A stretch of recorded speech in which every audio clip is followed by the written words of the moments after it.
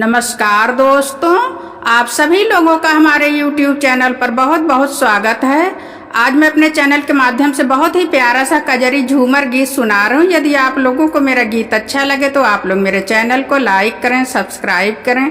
और कमेंट करके ज़रूर बताएं कि आप लोगों को मेरा गीत कैसा लगा। धन्यवाद। कहाँ से आमाई माता रे भवानिया यारे हो सखी झूमारिया, अब कहाँ से आमई भाग्यवान यारे हो सखी झूमारिया, अब कहाँ से आमई भाग्यवान यारे हो सखी झूमारिया,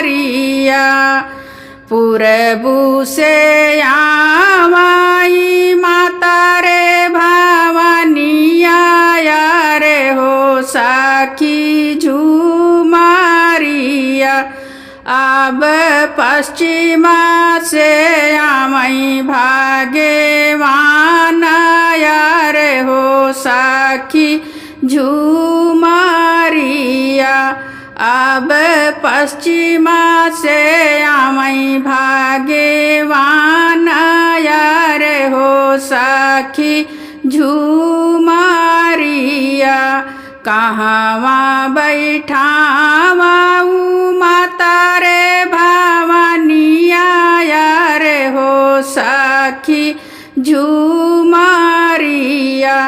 अब कहाँ बैठावाऊ भाग्यवान यारे हो सखी झूमारिया, अब कहाँ बैठावाऊ भाग्यवान यारे हो सखी झूमारिया, निमिया तर बैठावाऊ माता रे भवानिया यारे हो सखी झूमारिया, अब आंगने बैठावाऊ भाग्यवान यारे हो सखी झूमारिया, अब आंगने बैठावाऊ भाग्यवान यारे हो सखी झूमारिया,